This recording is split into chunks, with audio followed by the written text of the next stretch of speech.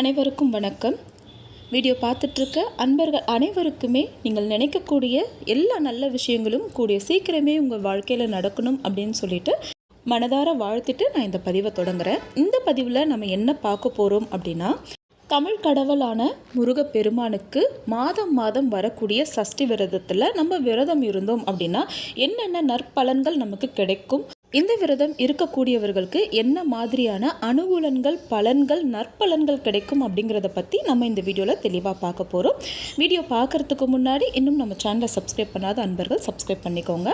ஆன்மீகம் தொடர்பான இன்னும் நிறைய விஷயங்களை நீங்கள் தெரிஞ்சுக்கலாம். இப்போ நம்ம வீடியோ பார்த்துடலாம். தெய்வங்கள் எல்லாமே நமக்கு சோதனைகளை கொடுக்கும். ஆனால் சோதனைகளை கொடுக்காமல் எதிரியாகவே இருந்தாலும் அரக்கனாகவே இருந்தாலும் அழிக்காமல் ஆட்கொள்ளக்கூடிய ஒரே அன்பு கடவுள் முருகப்பெருமான் தான். அதனால தான் முருக கடவுள்கிட்ட நம்ம என்ன பிரார்த்தனை செய்தாலும் அது நமக்கு சீக்கிரமாகவே கைகூடுது.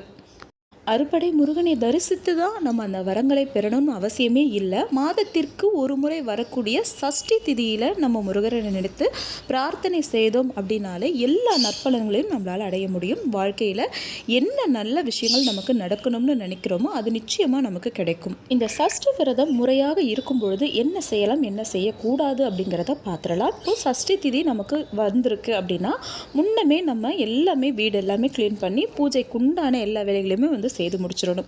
சஷ்டி திதி அன்று நம்ம கண்டிப்பாக பிரம்ம முகூர்த்தத்தில் தான் எழுந்து விரதத்தை தொடங்கணும். இது சஷ்டி திதிக்கு மட்டும் கிடையாது. எல்லா விரதமுமே நம்ம தொடங்கும் பொழுது பிரம்ம முகூர்த்தத்திலிருந்தே ஆரம்பிக்கிறது மிகுந்த நற்பலன்களை நமக்கு பெற்றுத்தரும்.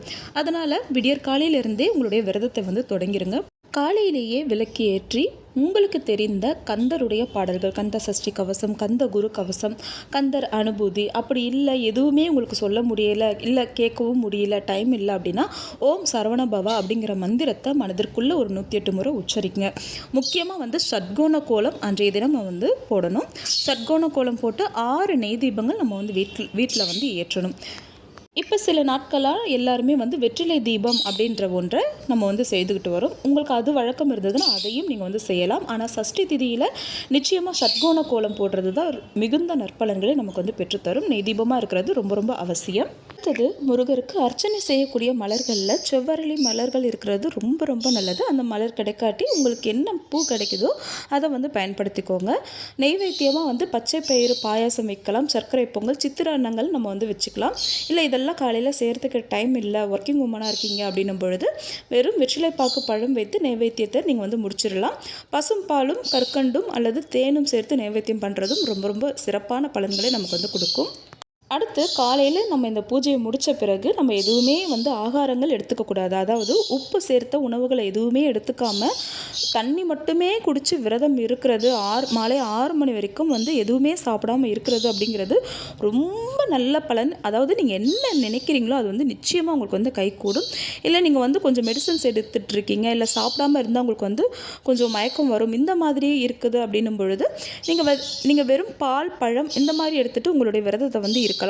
இல்லைங்க என்னால் ஒரு வேளை சாப்பிடலன்னா கூட எனக்கு ஒரு மாதிரி கையெல்லாம் நடுக்கம் எடுத்துக்கும் அப்படின்னு கூடியவங்க ஒரு வேளை உணவு மட்டும் எடுத்துக்கொண்டு, அதுவும் உப்பில்லாத உணவாக எடுத்துக்கொண்டு இந்த விரதத்தை இருக்கலாம்.